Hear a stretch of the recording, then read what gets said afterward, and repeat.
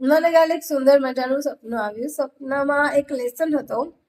આ સપનું બહુ વિયર્ડ હતું, હું ડિસ્કસ નહીં કરી શકું, બટ એ લેસન એવું શીખવવા માંગતો હતો કે અગર તમે કોઈની પણ માટે ડંખ ભરીને રાખો છો તો તમારું નેક્સ્ટ જન્મ નાગ અથવા નાગિન તરીકેનું કન્ફર્મ છે.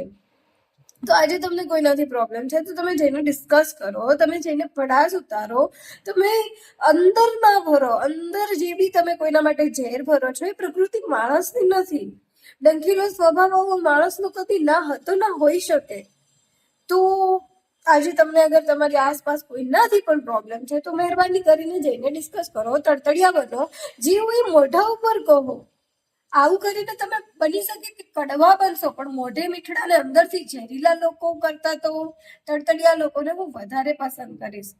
તો તમારી અંદરના બધા ડંખ નીકાળી દો.